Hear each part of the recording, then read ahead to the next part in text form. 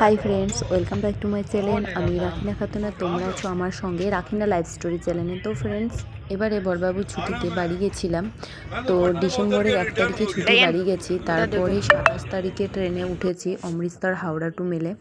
তো তারপরে ট্রেনে উঠে পড়েছি, পাঞ্জাব রওনা দিচ্ছি যাওয়ার জন্য। তো দেখতেই পাচ্ছ আমরা মা ছেলে তো ওপরে বসে আছি, আর নিচে মানুষগুলো পাঞ্জাবি 2-3টে মানুষ নিচে পুরো সিট পেয়ে গেছিলো, আর একটা সাইডের সিট ছিল আড়ের সিট। তো আমরা মা ছেলে তো ওপরে।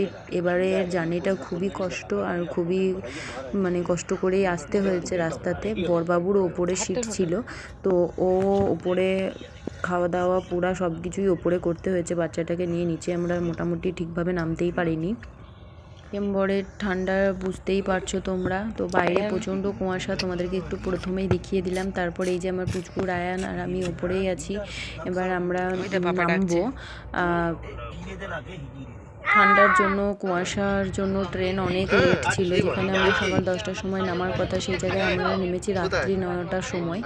তারপরে পুরো টানা স্টেট বাস ধরে আমরা পুরো আমাদের কোয়ার্টারে আসতে পেরেছি রাত্রি 12টার সময়। তো সত্যি এবারে জার্নিটা খুবই কষ্টের ছিল, আর এটাই তোমাদের সঙ্গে শেয়ার করলাম।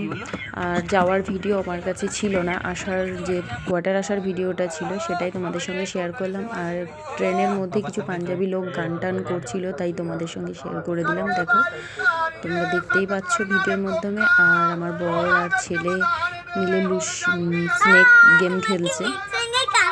তো এই যে তোমরা দেখতেই পাচ্ছ, পাপাকে বিগ স্নেকে কামড়ে দিয়েছে।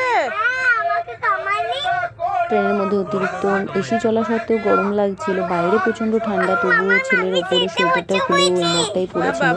তারপরে সকালে নামলে ওকে আমি সোয়েটার পরিয়ে দেবো বলে।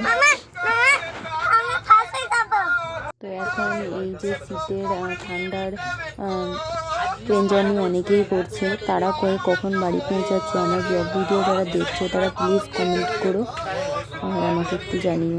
Bye bye friends.